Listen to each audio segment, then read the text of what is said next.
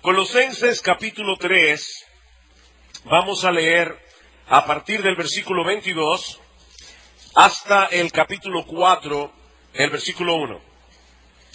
Siervos, obedeced en todo a vuestros amos terrenales, no sirviendo al ojo como los que quieren agradar a los hombres, sino con corazón sincero temiendo a Dios.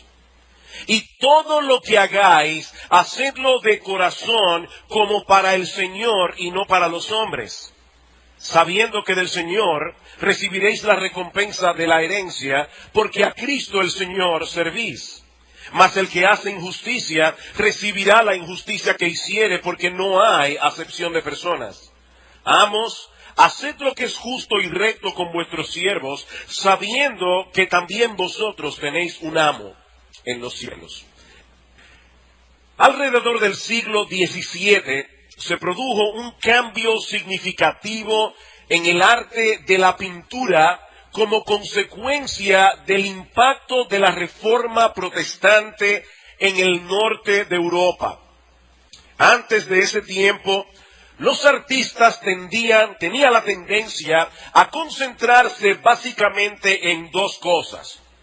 O se dedicaban a pintar dioses y diosas de la antigüedad o héroes de la griega y la Roma clásica, o se concentraban en la pintura religiosa, en pintar ángeles, a María la Madre de Jesús y a los santos. Y una particularidad que tenía esta pintura religiosa era que las personas no parecían reales. Si ustedes han visto estos cuadros, las personas parecen que viven en otro mundo, parecen sublimizadas.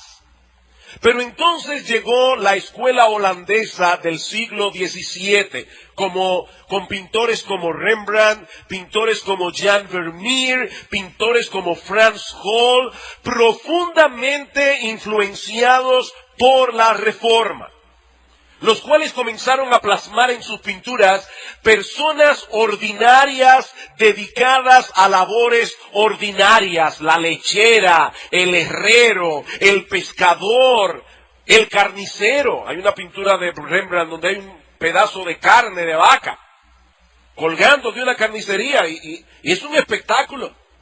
Quizás Rembrandt es uno de los que me viene mejor a la mente por algunas cosas que pintó. Hay un cuadro de Rembrandt sobre la crucifixión de Jesús.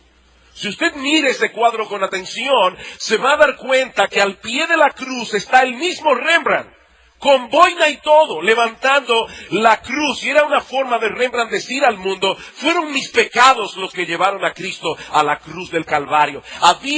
Hubo un impacto de la Reforma Protestante en la mente de estos artistas. Estos pintores de los Países Bajos llegaron a entender que el señorío de Cristo se extiende a todos los aspectos de la vida humana. Que aún en esas cosas ordinarias de la vida, nosotros debemos estar conscientes de que lo hacemos en la presencia de Dios y para la gloria de Dios. Y fue debido a esa influencia de la Reforma Protestante en el norte de Europa que se desarrolló lo que luego sería conocido como la ética protestante del trabajo, lo que trajo como resultado más prosperidad en el norte de Europa que el de otras naciones en el sur que tenían más recursos naturales. Aunque la Reforma Protestante no fue primordialmente un movimiento económico o político o cultural, es indudable que hubo un impacto de la Reforma en la política, en la cultura en general, en la economía. El Evangelio trajo consigo el germen de ese cambio, al proveerle a estas naciones una visión de la vida centrada en la palabra de Dios y en la persona de nuestro Señor Jesucristo. Ahora bien, los reformadores del siglo XVI no se inventaron esa visión de la vida, no se inventaron esa ética del trabajo, de la misma manera que Cristóbal Colón no se inventó América. Simplemente la descubrió, aunque algunos historiadores dicen que tampoco fue que la descubrió, sino que Colón fue el primero que dio una rueda de prensa, porque otros habían llegado aquí primero. Pero ese no es el punto ahora.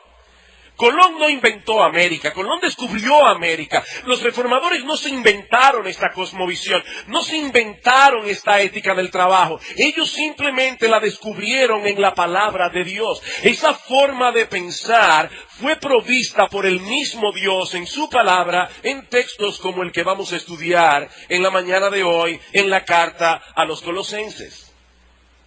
La teología medieval se había encargado de hacer una separación abismal entre lo sagrado y lo secular, llevando a muchos a pensar que solamente los servidores directos de la iglesia, los sacerdotes, los monjes y las monjas, los obispos, podían vivir para la gloria de Dios.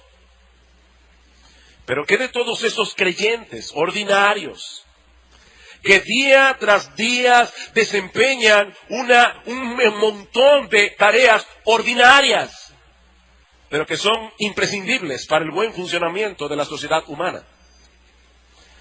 Mis hermanos, piensen por un momento qué pasaría mañana si repentinamente todos los dominicanos decidieran no trabajar. Todos, absolutamente todos. Desde el presidente hasta el que barre nuestras calles. ¿Saben lo que pasaría? Nuestra sociedad, como la conocemos hoy, colapsaría. El trabajo es imprescindible. No solamente el trabajo de las personas a quienes nosotros admiramos por su estatus, ya sea económico o académico. Yo estoy hablando de la santificación del trabajo en sentido general. Estoy hablando de doctores, abogados, plomeros, ingenieros, electricistas, arquitectos, amas de casas, maestros, ebanistas, herreros. ¿Cuál debe ser el móvil que lleve a estas personas a levantarse cada día de cada semana para involucrarse en sus trabajos? Bueno, esa es la pregunta que yo quiero responder en esta mañana a la luz de este pasaje de Colosenses que leímos al principio. Este mensaje yo lo he titulado La santificación de lo ordinario. La santificación de lo ordinario. En este pasaje Pablo aborda el tema de la esclavitud y el tipo de relación que debían tener los amos y los esclavos que se habían convertido al cristianismo. En la época del apóstol Pablo, literalmente millones de personas servían como esclavos en el imperio romano y hacían todo tipo de tareas, desde limpiar una casa hasta servir de maestros y tutores en la familia o administrar una hacienda. Habían algunos esclavos que eran más cultos que los amos. Y aunque no todos los romanos eran crueles con sus esclavos, en sentido general estas personas eran tratadas simplemente como instrumentos de trabajo un poco superior a los animales, porque las vacas no hablan y el hombre sí. Y muchos amos trataban a sus esclavos como animales. Lo que nos debe llevar a preguntarnos: ¿por qué los autores del Nuevo Testamento no condenaron abiertamente la esclavitud? ¿O por qué no pidieron a los amos cristianos que liberaran de inmediato a sus esclavos? Bueno, básicamente por dos razones. En primer lugar, porque la esclavitud no podía abolirse de un día para otro sin provocar un caos en el imperio. En la mayoría de las ciudades había más esclavos que gente libre. John Stott dice: hubiese sido imposible abolir la esclavitud de un solo golpe sin la desintegración completa de la sociedad. Si los cristianos hubiesen liberado a los esclavos, hubiesen condenado a la mayoría de ellos al desempleo y a las penurias. Hubiera sido un caos. Pero por otra parte, la iglesia cristiana no estaba llamada a producir cambios en la sociedad transformando el sistema político o económico, sino transformando al hombre dentro del sistema.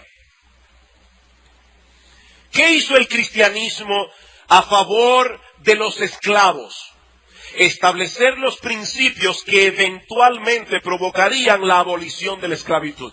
Noten algo interesante en este mismo pasaje que acabamos de leer en la carta de Pablo a los Colosenses.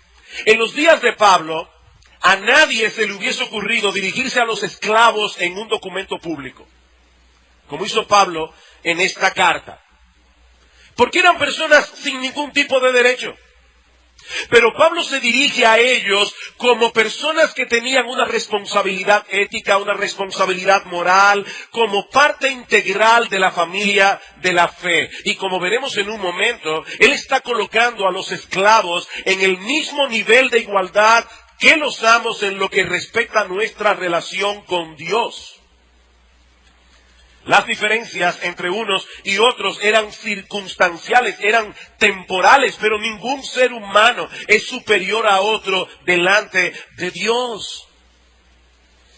Y ese pensamiento no es nada extraordinario hoy día, pero en la época del apóstol Pablo, mis hermanos, esto que Pablo escribió aquí, que yo leí esta mañana, tiene que haber sido sumamente chocante. Era totalmente revolucionario. El cristianismo implantó una nueva forma de pensar, una nueva perspectiva de la vida, que poco a poco comenzó a permear la sociedad en la misma medida en que los individuos comenzaron a ser transformados por el mensaje del Evangelio. Y aunque nosotros ya no tenemos esclavos, bueno, supuestamente, no tenemos esclavos entre nosotros, por lo menos no como en esos días. Los principios que podemos derivar de este pasaje se aplican perfectamente a la vida laboral. Ya sea que tú seas un empleado o ya sea que tú seas un empleador. Veamos en primer lugar lo que Pablo dice aquí a los siervos. Y por conexión a los empleados. Y luego veremos lo que Pablo dice a los amos o a los empleadores. Versículo 22. Siervos, obedeced en todo a vuestros amos terrenales. Fíjense cómo Pablo de entrada establece aquí dos cosas.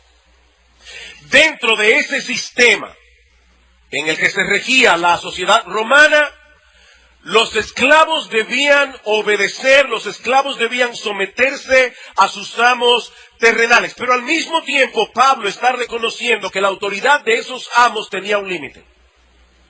Pablo les llama amos terrenales. Debían obedecer en todo, pero a sus amos terrenales. Esos amos poseían autoridad sobre sus siervos, pero solo en las cosas que conciernen a esta vida presente. Por ejemplo, ningún amo podía impedirle a sus siervos que se convirtieran al cristianismo. Ningún amo podía impedir a sus siervos que en su corazón adorara al único Dios vivo y verdadero. Eran amos terrenales, pero nosotros tenemos otro amo. Un amo que está en los cielos. Un amo que debe regir toda nuestra vida. Mis hermanos, nosotros somos libres en Cristo, aunque esa libertad no debe ser tomada como excusa para violentar las líneas de autoridad que rigen la sociedad en que vivimos. Mis hermanos amados, escuchen bien. El irrespeto a la autoridad, cualquiera que sea esa autoridad, no es compatible con la fe cristiana. El irrespeto a la autoridad no es compatible con la fe cristiana. Si tu jefe es un hombre desagradable, si tu jefe es un hombre malhumorado, no por eso deja de ser tu jefe. Y si lo que te pide que hagas es parte del trabajo por el cual se te contrató y no es nada pecaminoso, mi amado hermano, tú debes hacer lo que se te pide.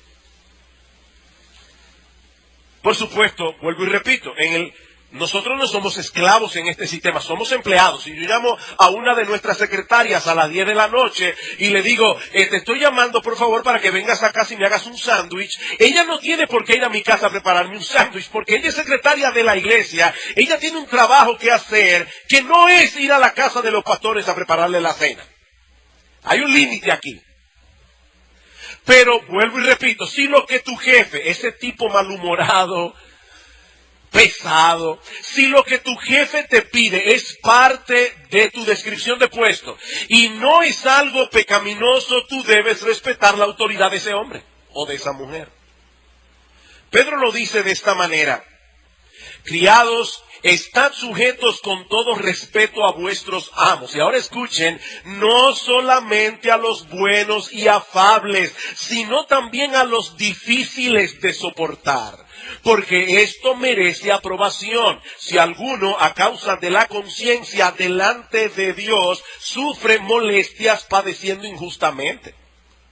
Pues qué gloria es si pecando sois abofeteados y lo soportáis, mas si haciendo lo bueno sufrís y lo soportáis, esto ciertamente es aprobado delante de Dios. Pues para esto fuisteis llamados. Escuchen esto. Pedro está diciendo, es que para esto fue que ustedes fueron llamados. ¿A qué? Porque también Cristo padeció por nosotros, dejándonos ejemplo para que sigáis sus pisadas. ¿Ustedes ven la conexión aquí? Nosotros somos cristianos, seguidores de Cristo, de ese Cristo que a pesar de que era Dios, respetó las líneas de autoridades establecidas en la sociedad en la que Él vivió, aun cuando tuvo que ser maltratado, aun cuando tuvo que padecer de mano de esas mismas autoridades.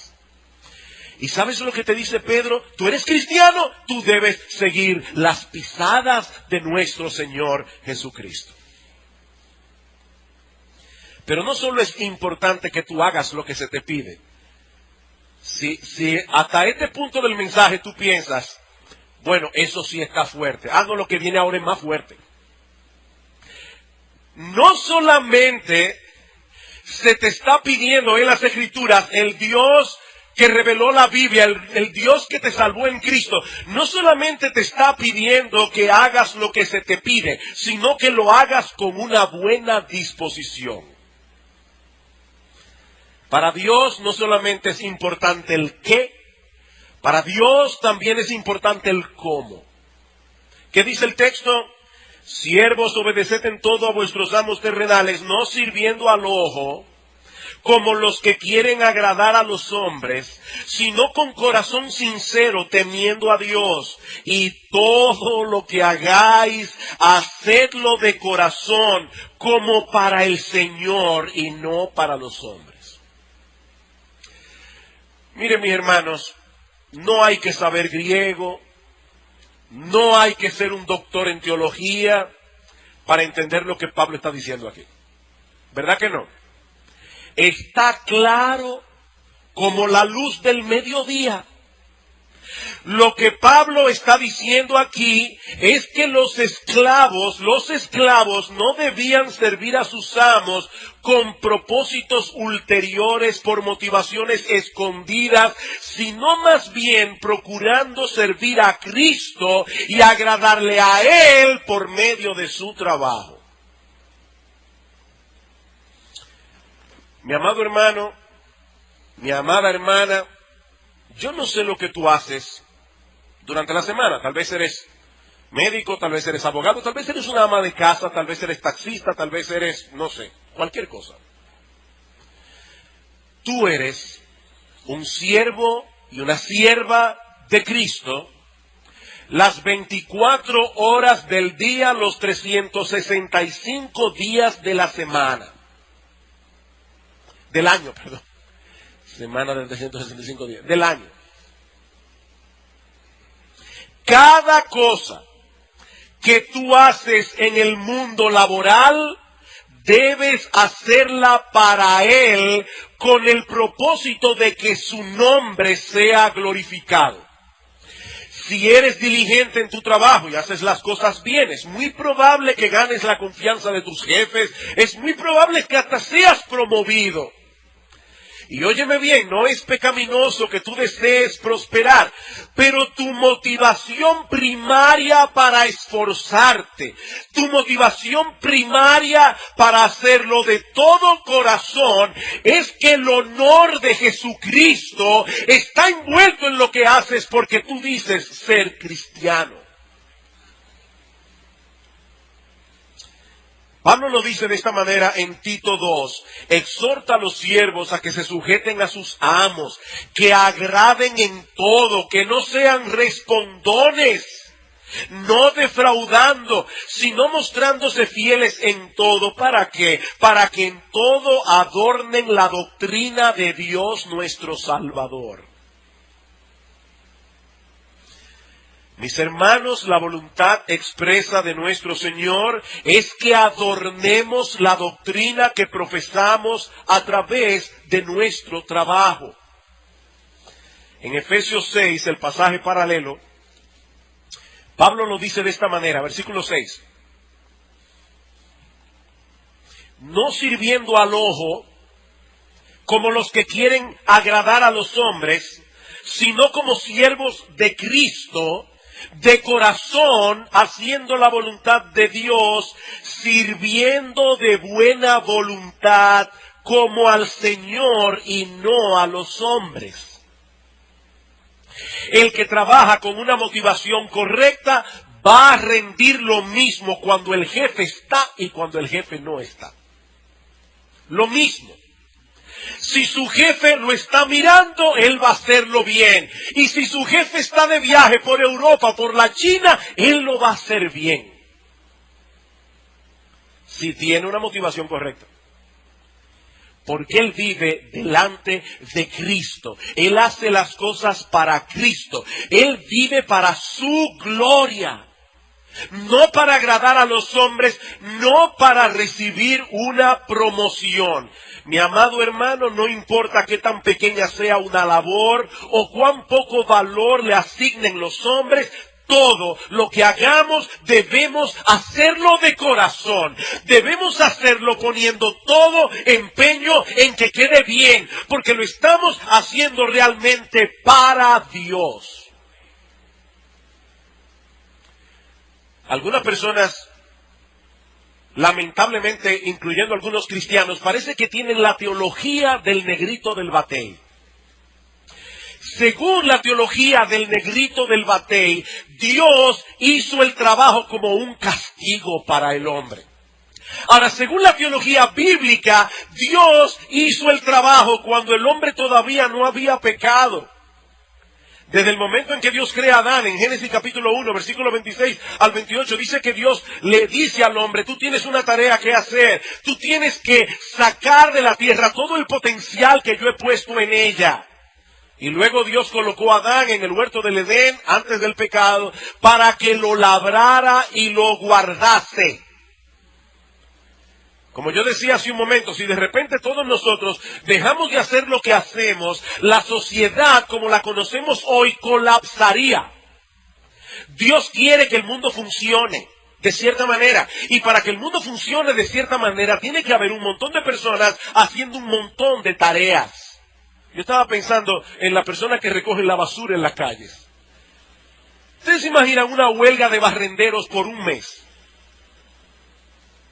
En República Dominicana, ¿qué sucedería? Sería un caos. Dios tiene personas trabajando en el mundo, en diferentes lugares, haciendo diferentes cosas. Y definitivamente no podemos ser románticos con el trabajo. Después de la caída, el trabajo sufrió un impacto. La Biblia dice que Dios maldijo la tierra por causa del hombre y le dijo, con el sudor de tu frente comerás el pan. La tierra te producirá lo que no sirve. Todo trabajo tiene aspectos que no son agradables y hay trabajos que son desagradables de principio hasta el fin. Eso es una realidad. Pero ¿saben qué, mis amados hermanos? No importa cuál sea el trabajo que Dios te ha llamado a hacer, la mediocridad no es cristiana, la mediocridad no es una opción para los cristianos, porque la mediocridad evade la realidad del señorío de Jesucristo sobre todos los aspectos, sobre todas las áreas de la vida humana. Si Cristo es Señor de todo, entonces todo debe ser hecho para Él. Y si todo debe ser hecho para Él, entonces todo debe ser hecho bien. Absolutamente todo. Todo lo que hagáis, dice Pablo, hacedlo de corazón, como para el Señor, no para los hombres. Y no olviden que Pablo no está hablando aquí a pastores, a misioneros, tampoco está hablando solamente a los doctores. Pablo está hablando aquí a personas que hacían una gran variedad de oficios, eran esclavos. A algunos simplemente les tocaba cambiarle los pañales a los niños. Eran esclavos, hacían lo que se les pedía. Pablo está diciendo, no importa lo que hagas, desde limpiar una casa hasta salvar una vida, hazlo de todo corazón, poniendo en ello todo vuestro empeño, como si el dueño de esa casa o como si el dueño de esa vida fuera Cristo mismo.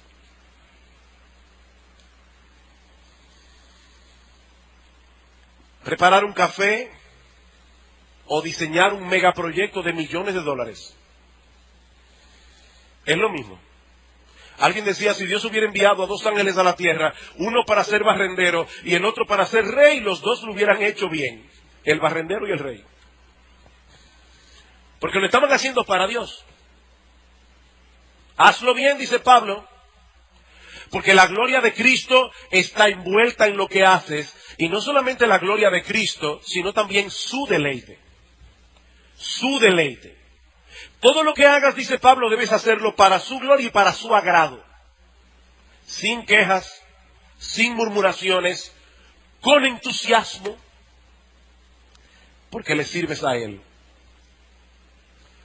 Pablo dice en Efesios 6:7, debemos servir de buena voluntad, como al Señor, no a los hombres.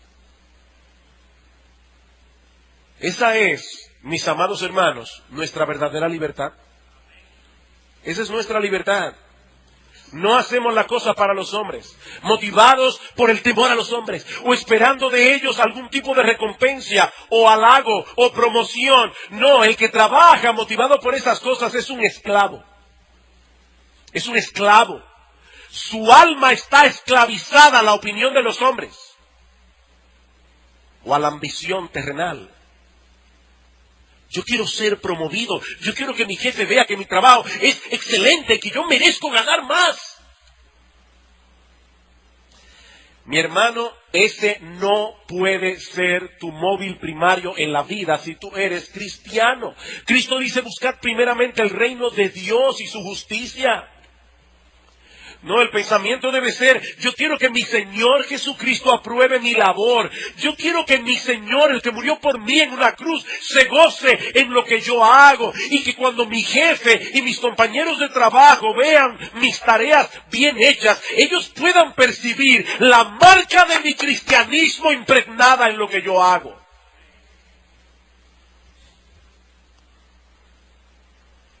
Es por eso que yo me esfuerzo, dice Pablo, o deberíamos esforzarnos por alcanzar la excelencia en todo. Por supuesto, además está decir que no es fácil mantener esa perspectiva de la vida todo el tiempo. Sobre todo por lo que yo decía hace un momento, no todos los trabajos son emocionantes. Hay trabajos que son rutinarios, hay trabajos que son aburridos. Hay trabajos que son desagradables. Las personas que están involucradas en esos trabajos tienen que oler olores todos los días que ni tú ni yo quisiéramos oler. No todos los trabajos son en sí mismos emocionantes. Lo que es emocionante es vivir para Cristo. Eso sí es emocionante. Eso es lo que hace toda la diferencia. Por eso Pablo incluye aquí un incentivo. A todo el mundo le gustan los incentivos, ¿verdad? Mira, tu sueldo todos los meses va a ser 30,000 pesos. Ahora, espérate. Mira, a final de año tienes una bonificación de 4 veces el sueldo. Vacaciones pagas. En Hawái. Seguro médico, seguro dental. No todos los trabajos incluyen seguro dental, yo no sé por qué. La gente se enferma de los dientes. Son incentivos. Y la gente dice, bueno, el sueldo no está muy allá, pero, oye, me tiene muchos incentivos. Pero déjame decirte cuáles son los incentivos del cristianismo. Versículo 24. Sabiendo que del Señor recibiréis la recompensa de la herencia, porque a Cristo el Señor servís. Wow. Mira, mi hermano, si tu amo terrenal no se está dando cuenta del esfuerzo que estás haciendo para que tu trabajo quede bien, o si eres un ama de casa y tu esposo definitivamente es del tipo de hombre que tú te puedes pelar a caco y él ni cuenta se va a dar, no te da las gracias, no te lo agradece.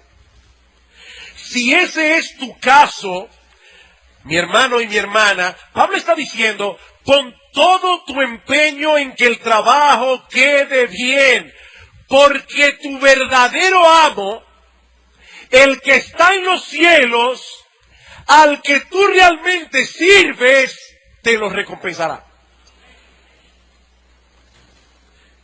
Y está hablando del trabajo, hermanos. Del trabajo. Ahí no se está diciendo, miren, pastores, pongan todo su empeño en preparar el sermón de la palabra. No. Ahí no se está hablando de preparar sermones. Ahí se está hablando de limpiar niños. Ahí se está hablando de cambiar pañales. Ahí se está hablando de limpiar una casa. Es de eso que se está hablando. Y Pablo dice, tu amo en los cielos sabe lo que tú estás haciendo.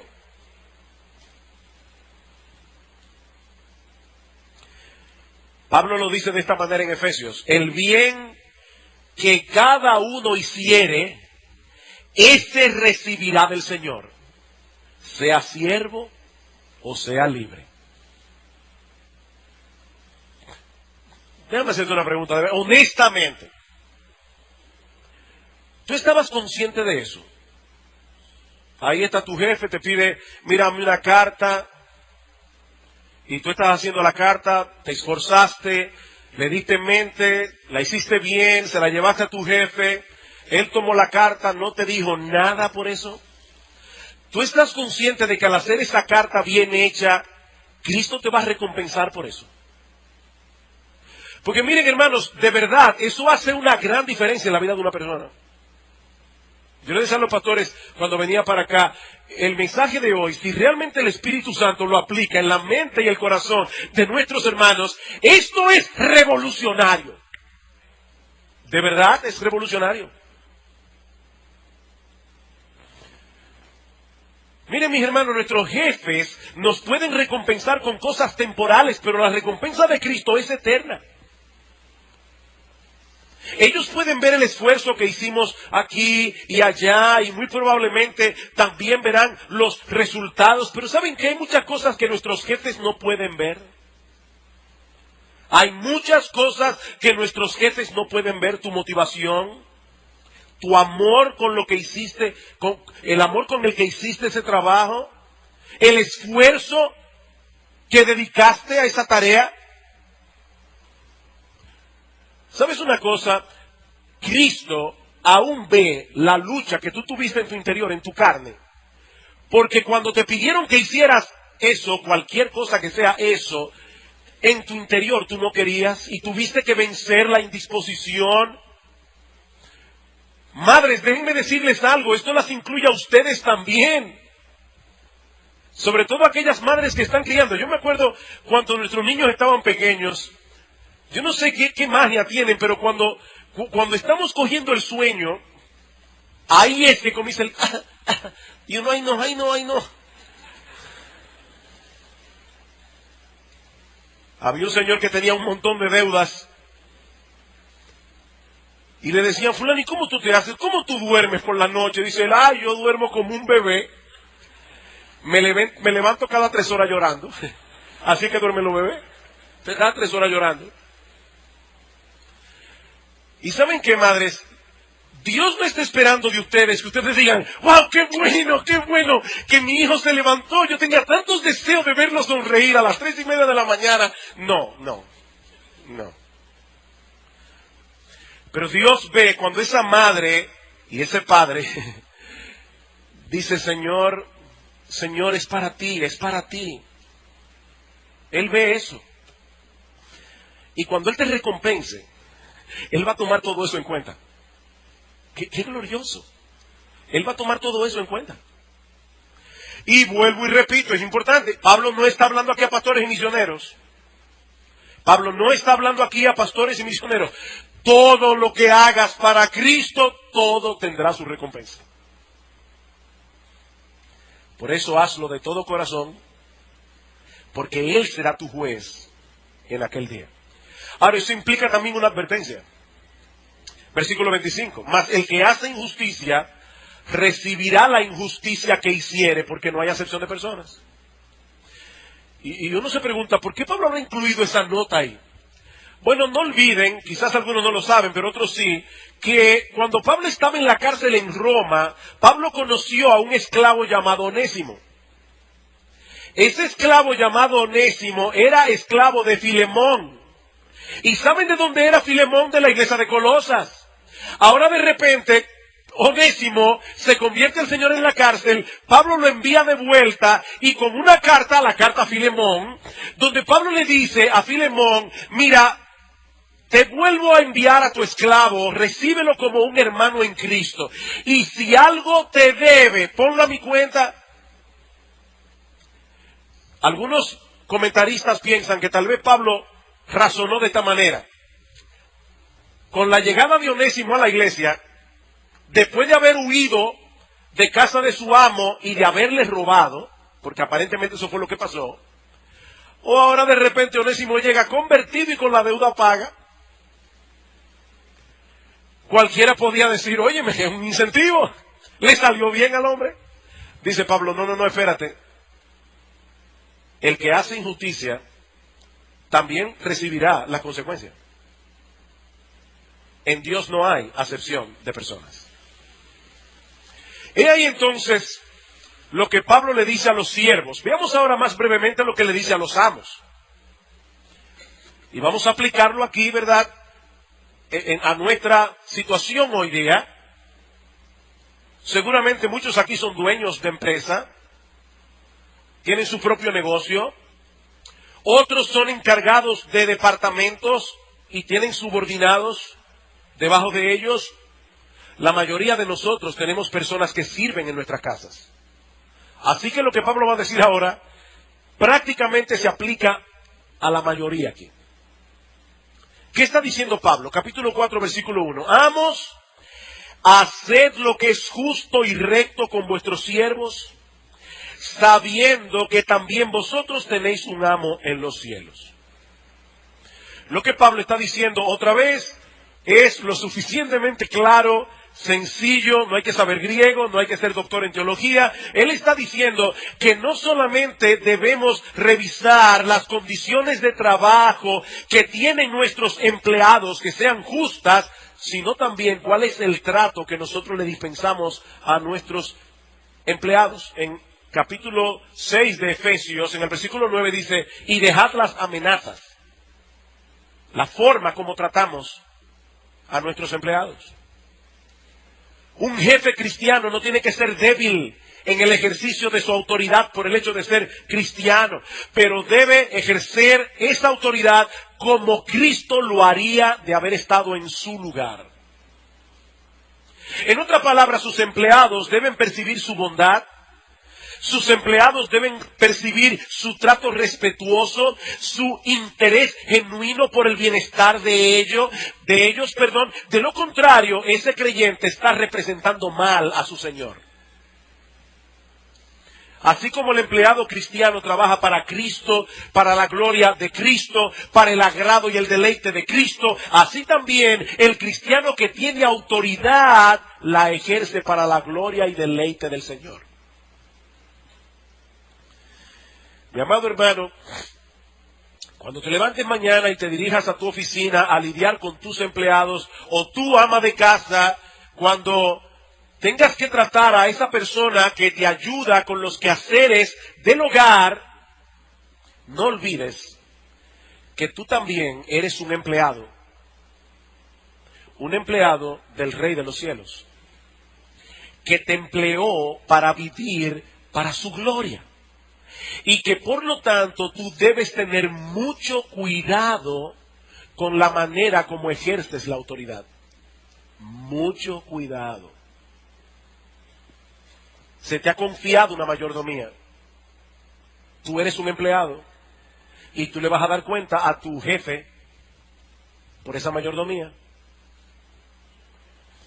En el día del juicio, los amos serán tratados igualito que los esclavos Los empleadores serán tratados igualitos que los empleados. No serán tratados con más benevolencia. Los ricos no tendrán un mejor trato que los pobres. Los dueños de empresa no serán mejor tratados que sus empleados. Dios no hace acepción de personas. Mira, mi hermano, déjame decirte algo. A Dios no le impresionan tus títulos, a Dios no le impresiona tu casa, a Dios no le impresiona tu cuenta bancaria, a Dios no le impresiona la marca de tu ropa. Dios no se impresiona por esas boberías.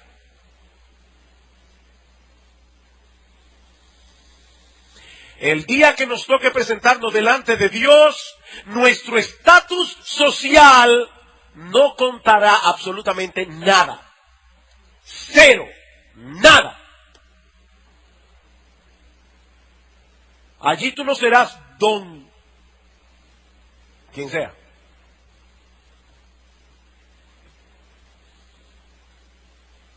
Hay una rima española que dice que hay personas que son como el algodón, que tienen que tener el don para hacer algo.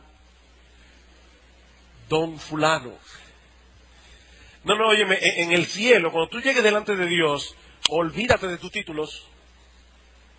Tú no eres nadie delante de Dios. Nadie.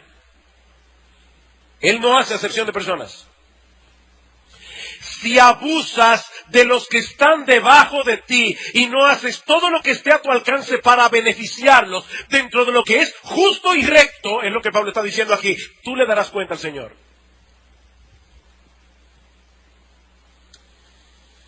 Y si eres cristiano, debes entender que Dios te ha puesto donde estás para que muestres a través de tu posición el carácter de tu Señor,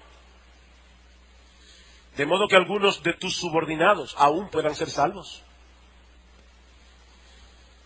Dios te puso en esa posición para que lo glorifiques a Él, para que tú des testimonio del poder del Evangelio en tu vida.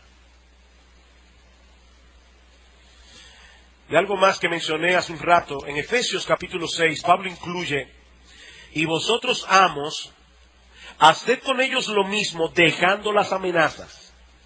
Dejando las amenazas. En el Imperio Romano los amos tenían libertad para castigar a sus esclavos como quisieran.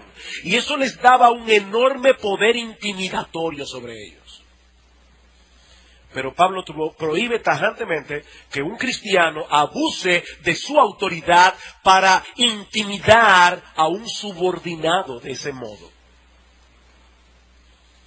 Y óigame, déjame decirles algo, en un momento dado puede surgir la necesidad de dar una advertencia a un empleado, incluso la necesidad de darle su liquidación y despedirlo si es un irresponsable. Y no importa si ese empleado irresponsable es un cristiano. A veces hay creyentes que creen que porque tienen el nombre de cristianos y son miembros de una iglesia, tienen un pasaporte diplomático. No, óyeme, si tú eres un empleado cristiano y trabajas en una empresa y tú eres un irresponsable y te votan, estás bien votado. Y no digas después, yo no sé cómo ese individuo dice que es cristiano. No es que es como cristiano, él está actuando como un hombre responsable y te despidió. Y eso estuvo bien hecho. Si fuiste un irresponsable. Sin embargo, eso no quiere decir que un cristiano debe estar constantemente amenazando a los empleados para que rindan en su trabajo, ni mucho menos hablarles con aspereza o con desprecio. Eso es sencillamente un abuso de la autoridad. Y el que abuse de su autoridad tendrá que darle cuentas al Señor. En esos días de Pablo, los esclavos estaban completamente indefensos ante las leyes humanas, pero no estaban indefensos ante aquel que es el defensor de los pobres. Dios es el defensor de los pobres. De paso, si tú no eres creyente, Escucha con atención lo que dice en la carta de Santiago. Vamos ahora, ricos, llorad y aullad por las miserias que os vendrán. Vuestras riquezas están podridas, vuestras ropas están comidas de polilla, vuestro oro y plata están enmohecidos, y su moho testificará contra vosotros y devorará del todo vuestras carnes como fuego. Habéis acumulado tesoros para los días postreros. He aquí clama el jornal de los obreros que han cosechado vuestras tierras, el cual por engaño no les ha sido pagado por vosotros, y los clamores de los que habían cegado han entrado en los oídos del Señor de los ejércitos. Y eso no lo escribió Marx, eso lo escribió Dios a través de Santiago.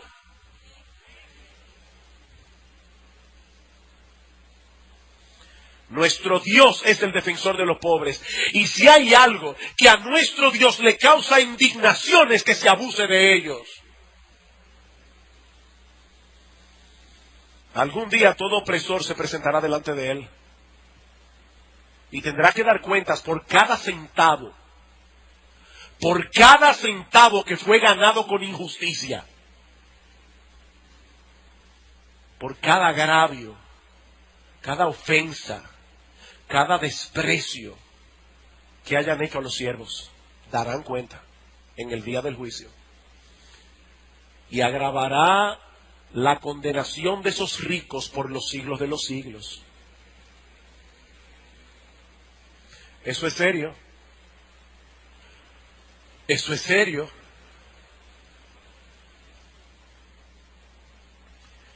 He aquí lo que Dios demanda de nosotros en nuestra vida laboral, ya sea que nos encontremos en la posición de empleados, ya sea que nos encontremos en la posición de empleadores.